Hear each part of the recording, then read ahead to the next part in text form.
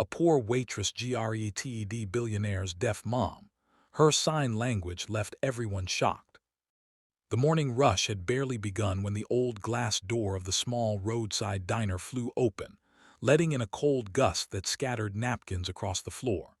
At that exact moment, Maria, the tired young waitress with cracked hands and faded shoes, froze at the sight of the elegant elderly woman struggling to step inside. Her clothes were worn but clean, her silver hair neatly tied, and there was a quiet sadness in her pale eyes. The other workers whispered that she was the mother of a cold-hearted billionaire who'd recently taken over the area's biggest businesses.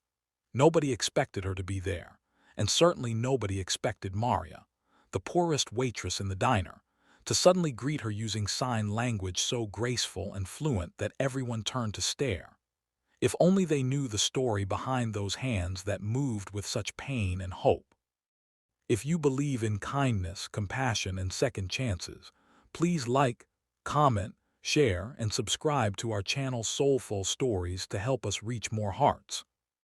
Maria had been working double shifts for months, trying to pay off her late mother's medical debts while also raising her teenage brother alone.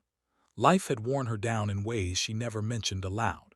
The diner was barely surviving, her brother needed school supplies, and the landlord had already given her one final warning for rent.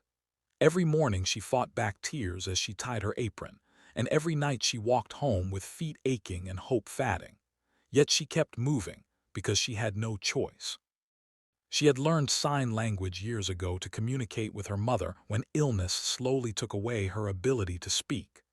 Losing her felt like losing half her soul, but the language remained, a tender echo of love that Maria kept hidden because using it hurt too much. The billionaire's mother, Mrs. Evelyn Hartman, became a regular customer within days. She always sat alone, always quiet, always observing the world with gentle eyes. And each time she came, Maria communicated with her using soft, fluid signs, making her feel seen and understood in a way the world rarely offered. Soon other customers noticed, whispering about the waitress who could speak with her hands like a poem. For the first time in a long while, Maria felt her mother's presence beside her, as if guiding her fingers, reminding her that love is never gone. It just changes shape.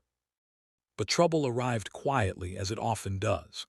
One busy afternoon, sleek black cars stopped in front of the diner, and the billionaire himself, Adrian Hartman, stepped out. Cold, stern, and dressed in power, he entered with the impatience of a man used to commanding the world. He had heard rumors that someone had been bothering his mother, and he wanted it to stop. The tension rose in the diner until the air felt heavy, but Mrs. Evelyn hurried to Maria, signing anxiously that Maria had brought comfort, not trouble. When Maria gently signed back, explaining she only wished to help, the billionaire froze. He had never seen his mother smile so brightly. He had never seen her speak so openly. And he had never seen anyone show her so much tenderness, something he himself had failed to do for years. Though Adrian did not show it, the moment struck him deeply. He quietly asked around and discovered the truth. Maria's poverty, her unpaid debts, her struggles, the way she worked herself to exhaustion just to keep her brother in school. The knowledge unsettled him. In her simplicity and grace, she had given his mother more happiness in days than wealth had given him in years. Over the next few weeks, Evelyn returned daily, and Maria slowly became like a daughter to her. They laughed silently, shared stories with their hands, and created a bond that warmed the entire diner. But Maria's life outside work continued to crumble.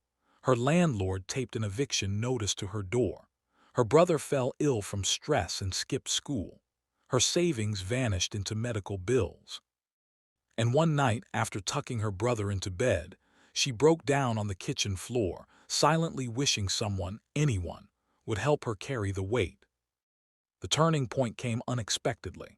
Mrs. Evelyn noticed the sadness in Maria's eyes the next morning and insisted, through urgent gestures, that Adrian return to the diner.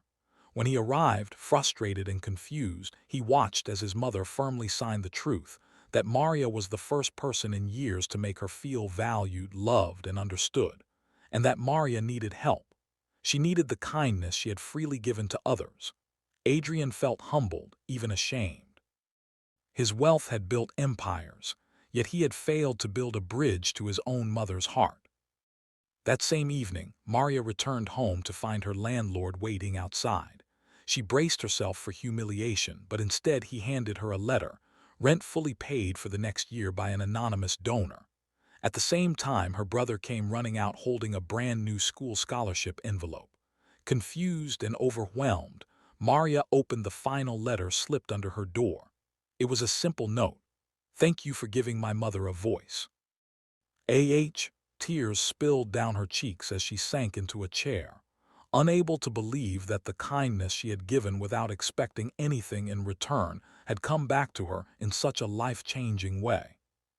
The next day, when Evelyn visited the diner again, she placed her hand gently over Maria's and signed a message that filled her eyes with warmth.